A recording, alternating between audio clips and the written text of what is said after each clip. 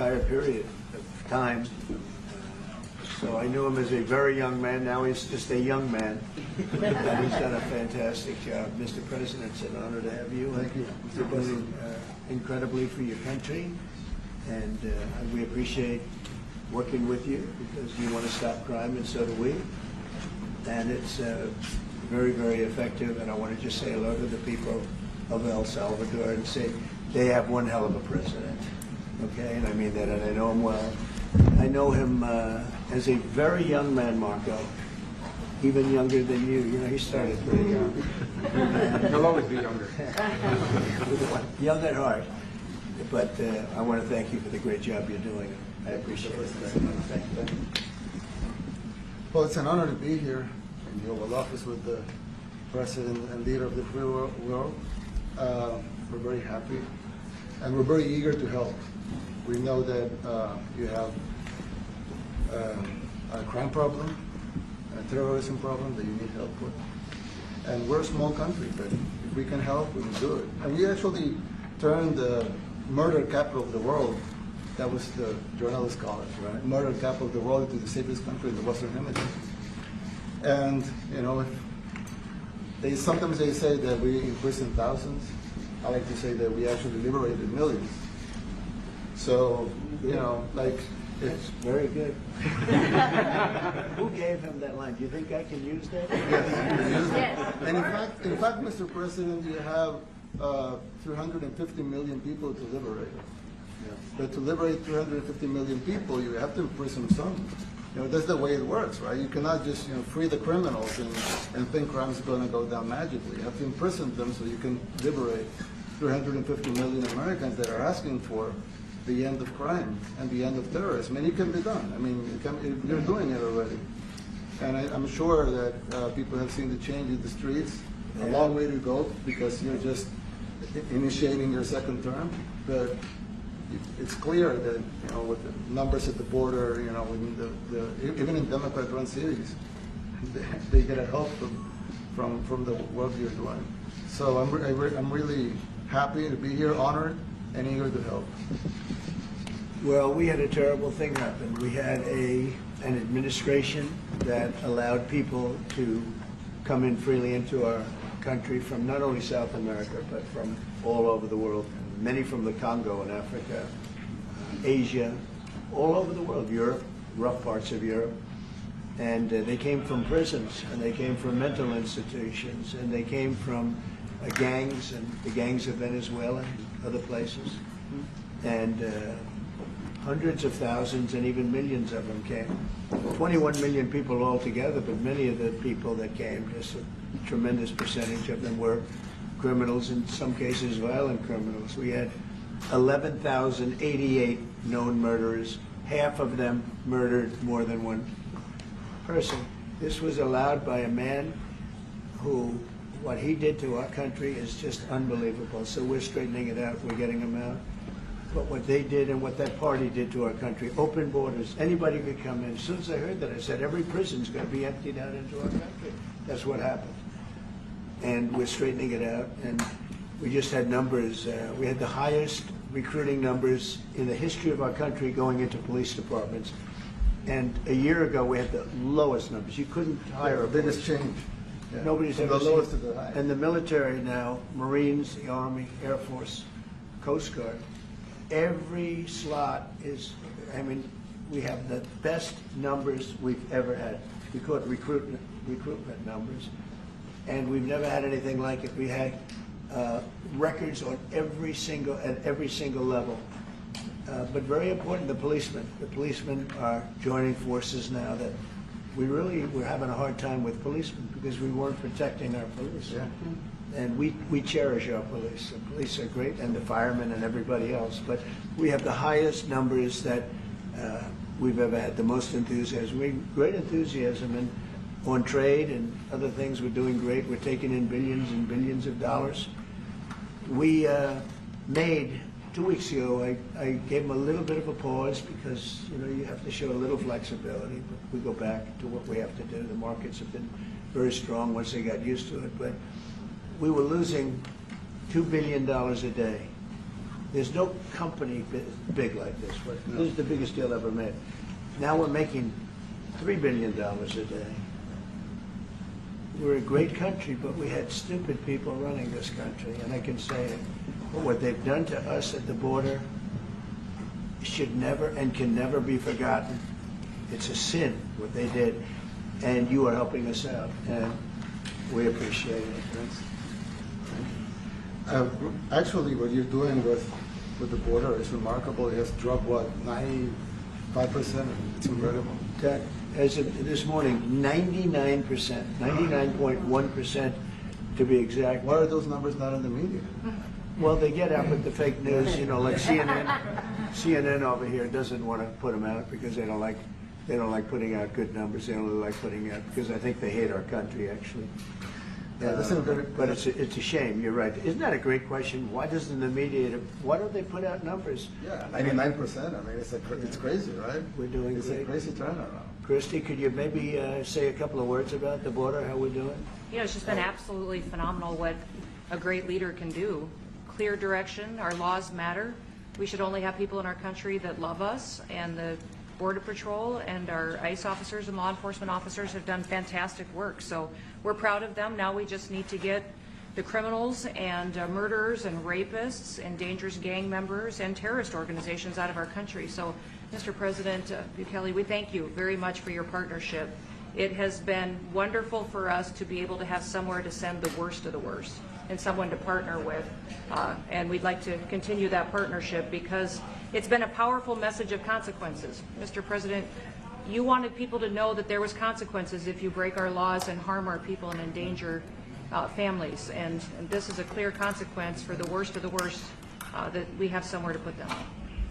Thank you very much. Yeah, we even had this gang member from Venezuela, one of the ones you sent, and we interviewed him just to get some information, etc., from them.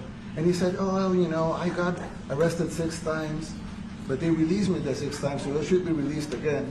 And then we said, "Well, what's the last thing you do?" And he said, "Well, I shot a cop in the leg, but I didn't kill him.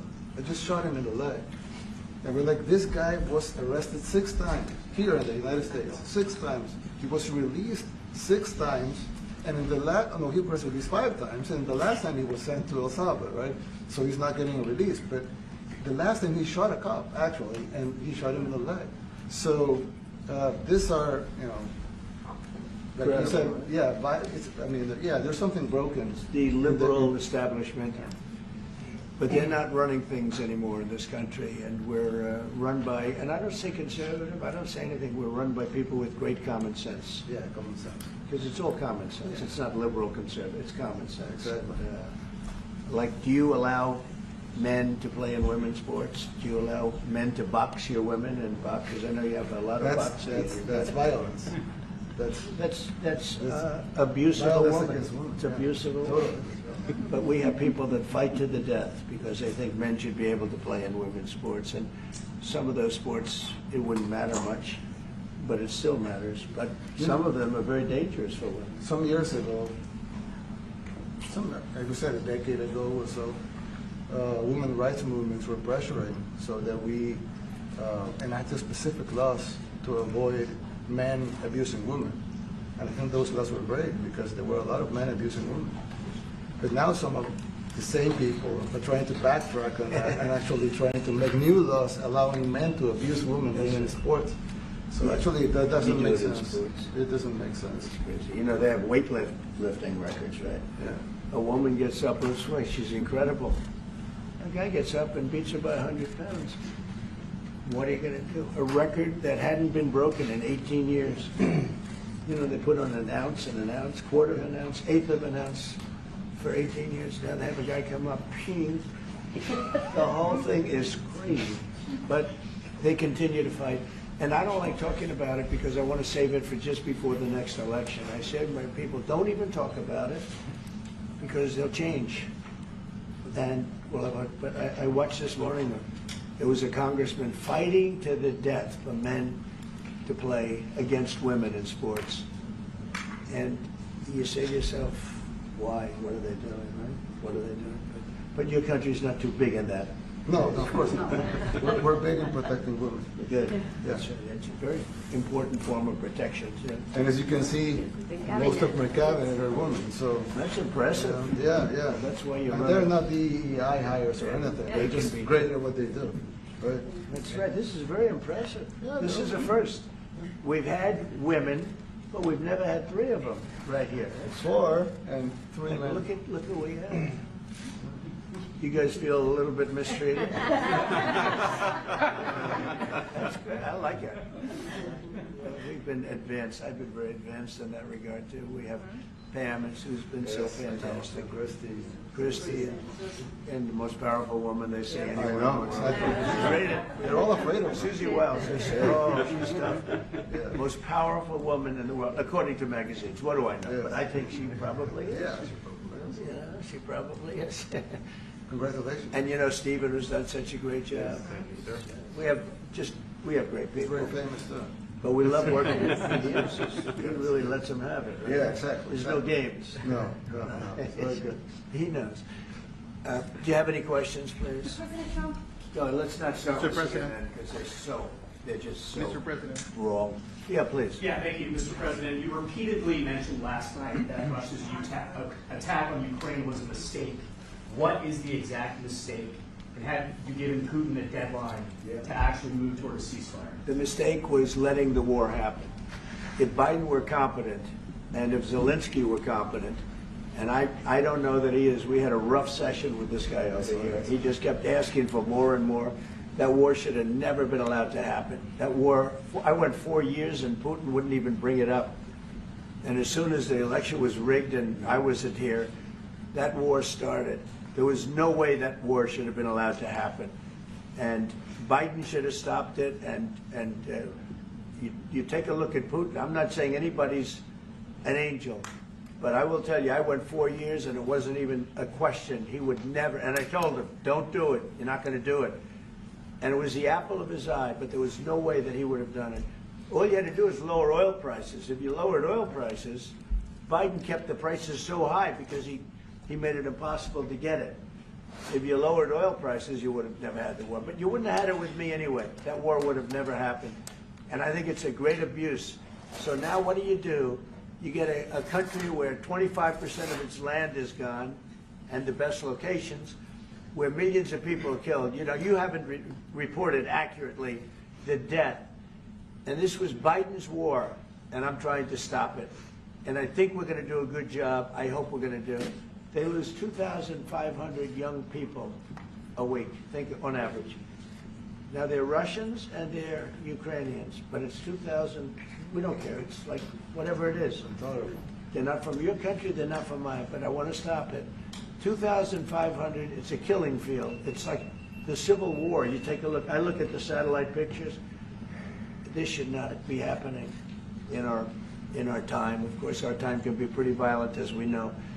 But that's a war that should have never been allowed to start. And Biden could have stopped it, and Zelensky could have stopped it, and Putin should have never started it. Everybody's to blame.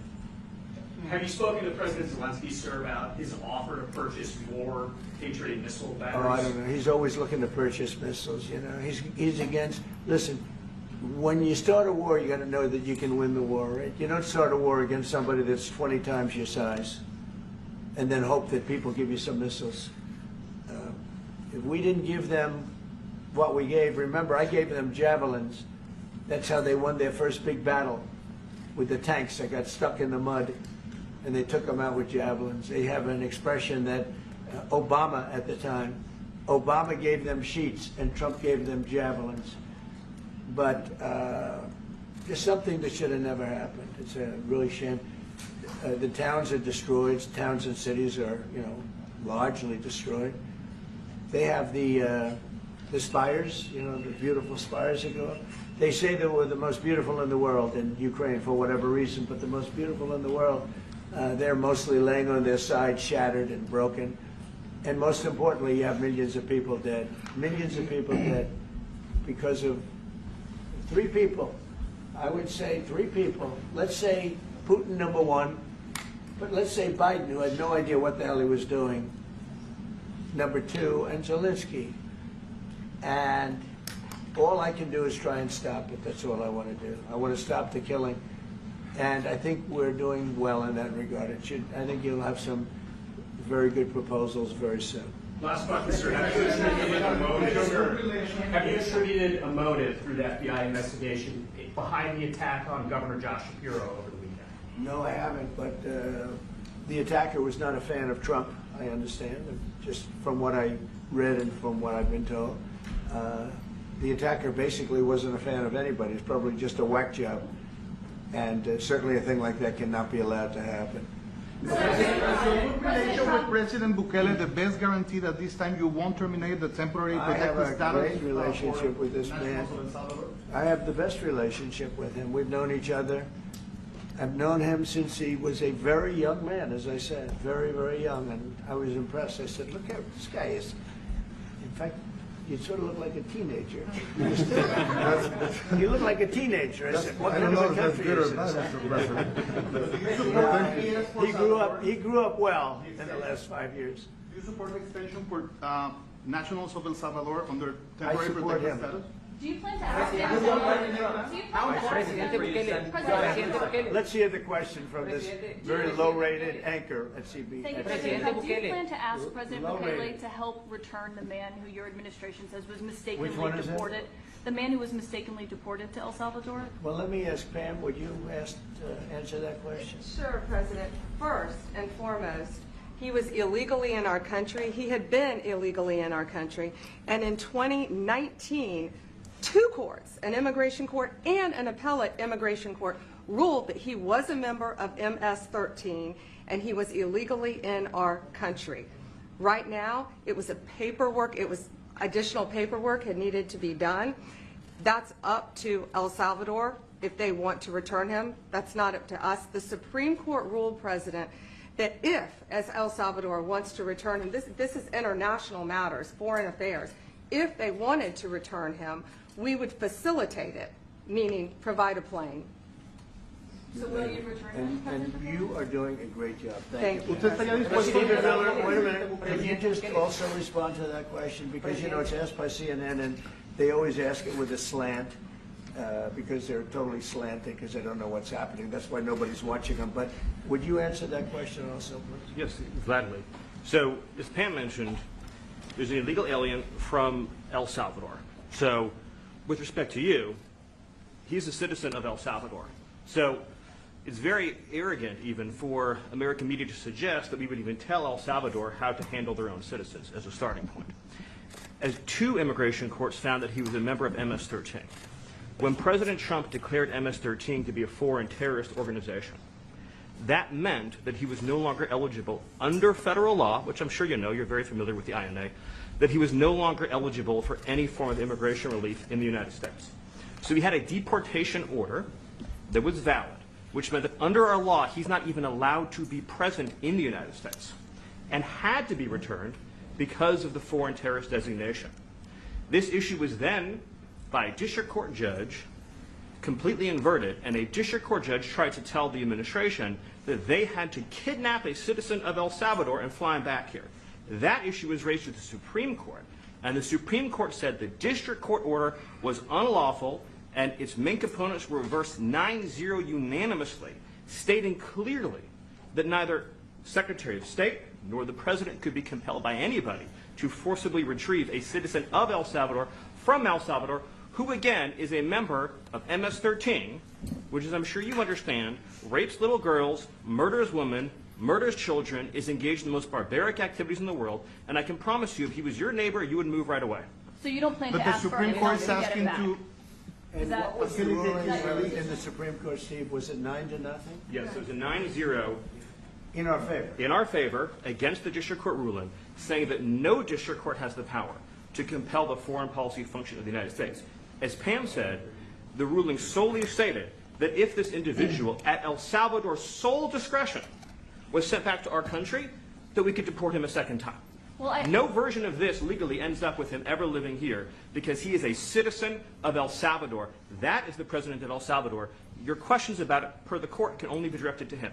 I asked ¿Usted lo President liberaría, Bukele, Presidente what is Bukele? can President Bukele weigh in on this? Do you plan to return him? Well, I'm supposed to not suggesting that I smuggle terrorists into the United States, right? It's I mean, always how can I smuggle? How can I return him to the United States? Like I smuggle him into the United States, or what do I do? Of course, I'm not going to do it. It's like, I mean, the question is preposterous. How can I smuggle a terrorist into the United States? I don't have the power to return him to the United States. So you can release him inside El Salvador. Yeah, but I'm not releasing. I mean, we're not very fond of releasing terrorists into our country. I mean, we just turned the murder capital of the world into the safest country of the Western Hemisphere, and you want us to go back into the releasing criminals so we can go back to being the murder capital of the world? No, that's not going to happen. Well, they'd love to have a criminal, released into our I mean, there's a fascination. They would love it. Yeah. They're sick. These are sick people. Marco, do you have something to say about Yeah, I mean, Stephen Eitland, I don't understand what the confusion is. This individual is a citizen of El Salvador. He was illegally in the United States and was returned to his country. That's where you deport people, back to their country of origin. Except for Venezuela, that wasn't refusing to take people back, or places like that. I can tell you this, Mr. President. No, the foreign policy of the United States is conducted by the President of the United States, not by a court. And no court in the United States has a right to conduct the foreign policy of the United States. It's that simple. End of story. And that's what the Supreme Court held, by the way, to Marco's point. The Supreme Court said exactly what Marco said, that no court has the authority to compel the foreign policy function of the United States. We won a case 9-0, and people like CNN are portraying it as a loss, as usual, because they want foreign terrorists in the country who kidnap women and children. But President Trump, his policy is foreign terrorists that are here illegally get expelled from the country, which, by the way, is a 90-10 issue. Well, Mr. President, you said that if the Supreme Court said someone needed to be returned, that you would abide by that. You said that on Air Force One just a few days ago. And they said that it must be facilitated. Why don't you just say, isn't it wonderful that we're keeping criminals out of our country? Why can't you just say that? Why do you go over and over? And that's why nobody watches you anymore. You have no credibility. Please, go ahead. President Trump, thank you so much. How many illegal criminals are you planning on exporting to El Salvador? And President Bukele, how many are you willing to take from the U.S.? As many as possible. And I just asked the president, it's this massive complex that he built, jail complex. I said, can you build some more of them, please? As many as we can get out of our country that were allowed in here by incompetent Joe Biden through open borders. Open borders.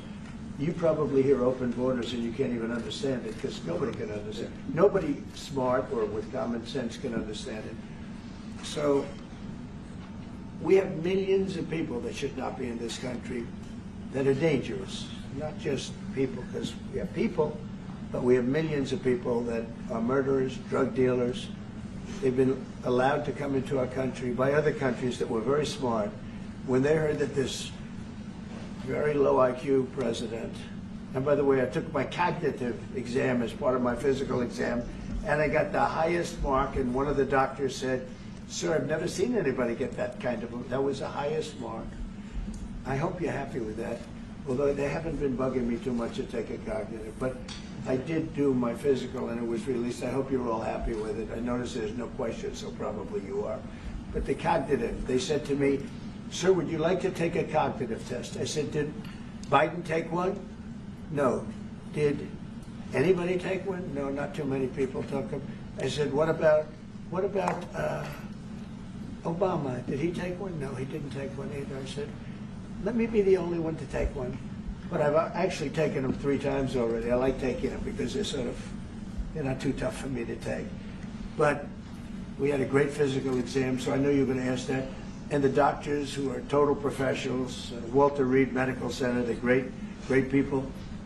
And I visited a soldier that was badly wounded, incredible soldier, lost his leg, and spent a lot of time with him. I mean, great with his mother. And it was really a very great thing. They do a phenomenal job. I just want to say, Walter Reed, I was there for, 5-6 hours. You were there with me. But I took a full physical, and it came out perfecto, so that's good. And she got me for a little longer. Would the U.S. be willing to pay for those facilities to be opened if new ones were going to be built? I'd do something. We'd help them out. Yeah, we help them. They're great facilities, very strong facilities, and they don't play games. I'd like to go a step further. I mean, I said it to Pam. I don't know what the laws are. We always have to obey the laws, but we also have homegrown criminals that push people into subways. that hit elderly ladies on the back of the head with a baseball bat when they're not looking, that are absolute monsters. I'd like to include them in the group of people to get them out of the country, but you'll have to be looking at the laws on that, Steve, okay? How essential is it for you guys to be locking up these prisoners? And do you think more presidents should follow suit like you guys as far as taking a hard stance on crime here in the United States? Well, I do. I think everybody has to. I mean, the president said it better than anybody. He said, you know, you have liberty and you have to have liberty, but to have liberty, not everybody is going to be good. And, you know, some are bad because they're sick. They're mentally deranged. They're bad. Why do you think Then you have to take them, if you're going to have a country, you're going to have to take those people out. And we've been doing that. But this was like an unforced error, they would call it, where we had people that may hate our country, or maybe they're just stupid people. I think they're probably stupid people more so. A lot of people said they did it for the vote. But I did better with Hispanic people than they did, because they always use Hispanic. I did better. You people love me. I saw my poll numbers in your country up through the roof, right? 91%. Some people think they do it for the vote.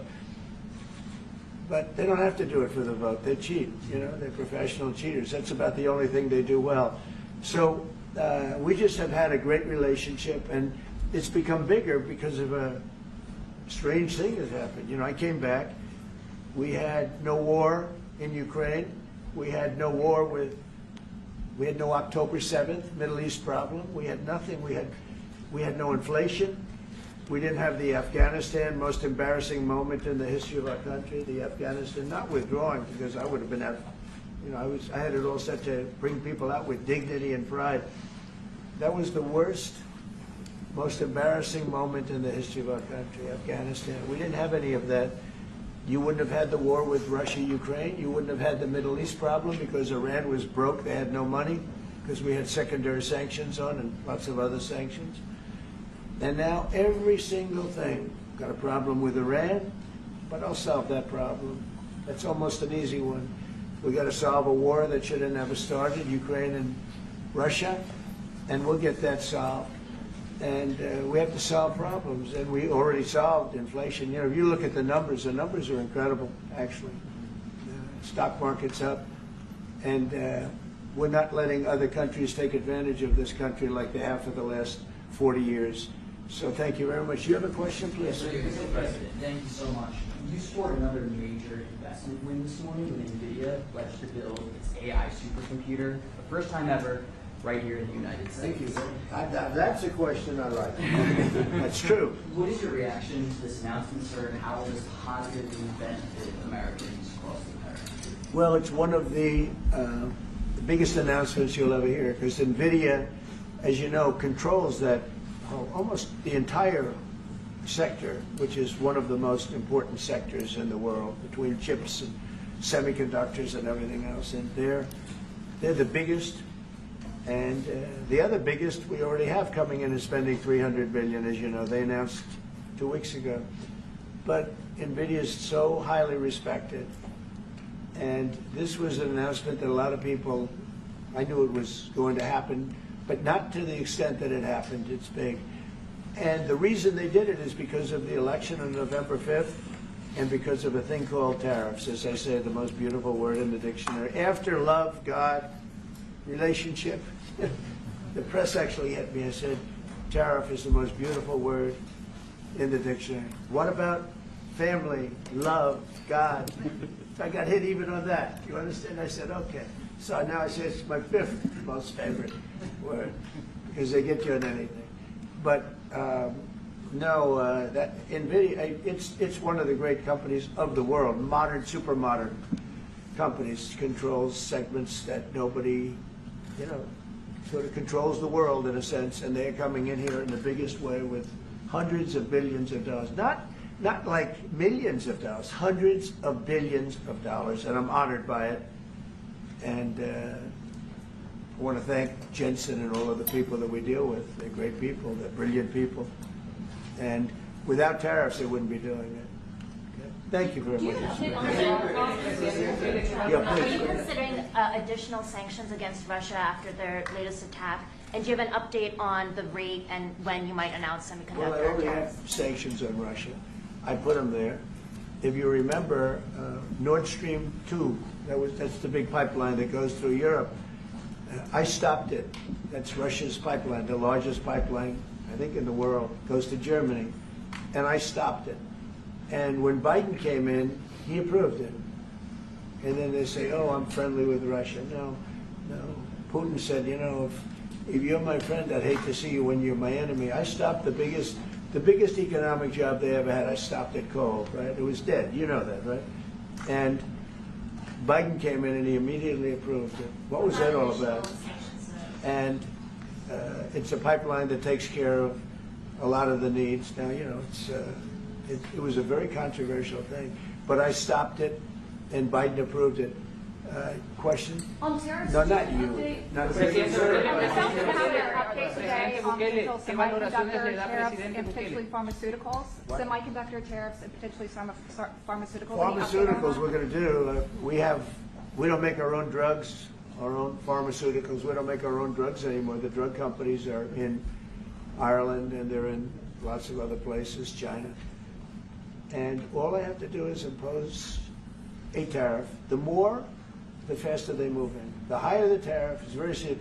It's inversely proportional. The higher the tariff, the faster they come. And yeah, we're going to be doing that. That's going to be like we have on cars. We have, as you know, a 25% tariff on cars. We have a 25% tariff on steel and aluminum.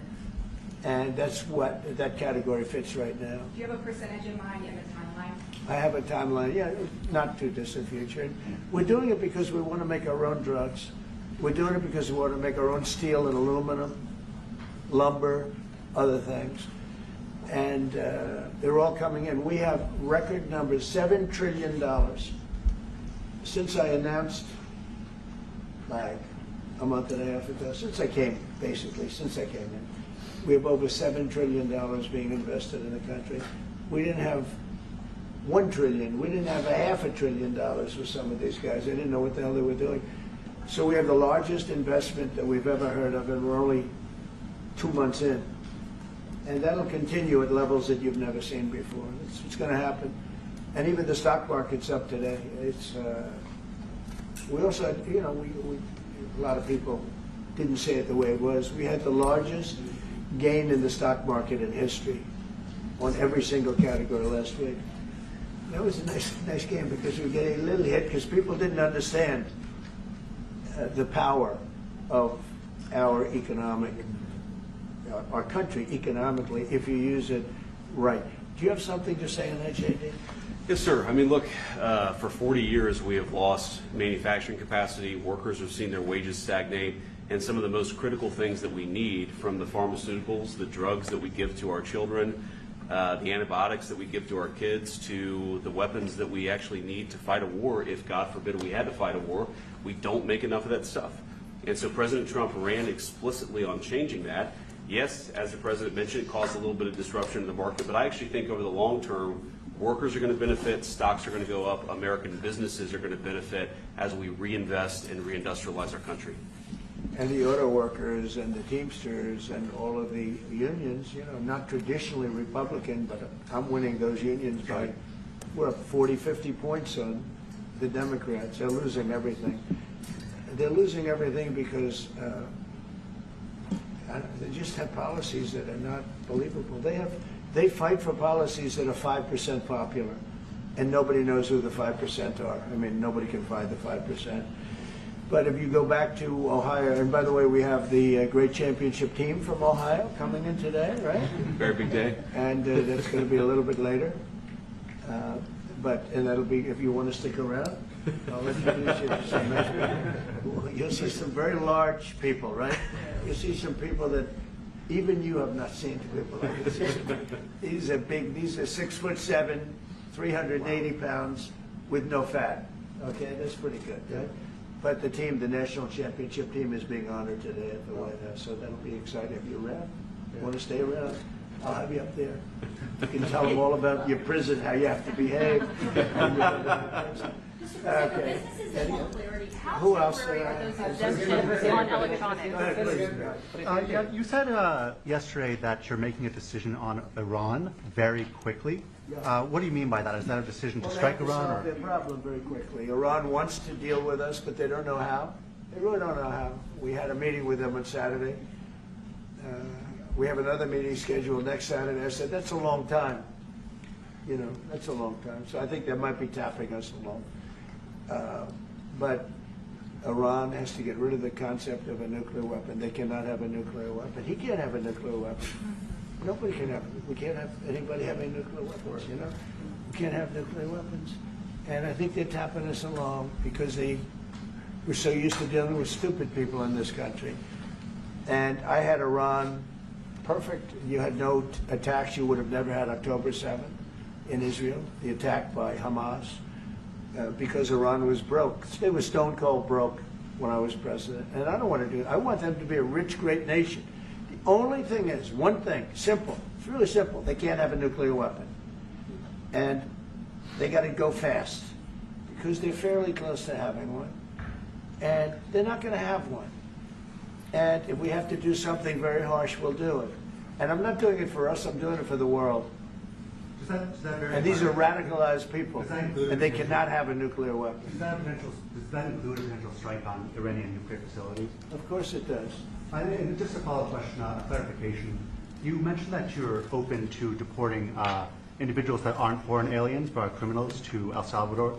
Does that include potentially U.S. citizens fully naturalized Americans? If they're criminals and if they hit people with baseball bats over their head that happen to be 90 years old, and if they rape 87-year-old women in Coney Island, Brooklyn, yeah, that includes them. What, do you think there's a special category of person? They're as bad as anybody that comes in. We have bad ones too. And I'm all for it because we can do things with the president for less money and have great security. And we have a huge prison population. We have a huge number of prisons, and then we have the private prisons, and some are operated well, I guess, and some aren't. But he does a great job with that. We have others that we're negotiating with too. But no, if it's a homegrown criminal, I have no problem. Now, we're studying the laws right now. Pam is studying. If we can do that, that's good. And I'm talking about violent people. I'm talking about really bad people. Really bad people. Every bit as bad as the ones coming in.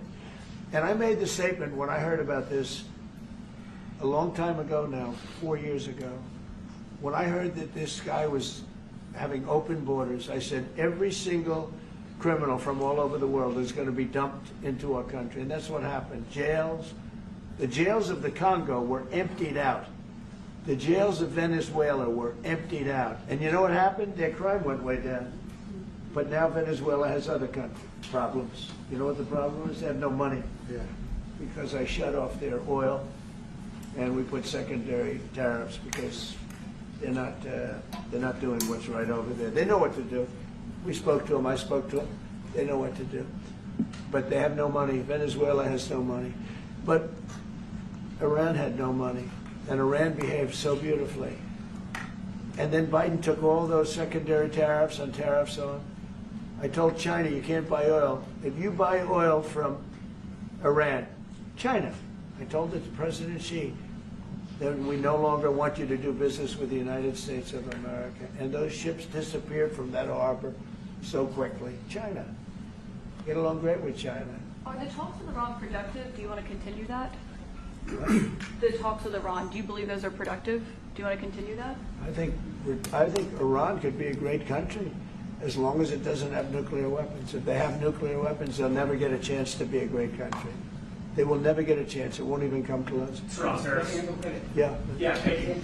Yesterday you mentioned short-lived product exemptions. Which specific products are you considering, and how long is short-lived? Weeks, months? I'm looking at something to help some of the car companies where they're switching to parts that were made in Canada, Mexico, and other places, and they need a little bit of time because they're going to make them here, but they need a little bit of time. So I'm talking about things like that. What about any Apple products, other cell phones?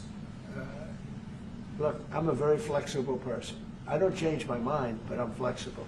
And you have to be. You just can't have a wall and you'll only go, no, sometimes you have to go around it, under it, or above it.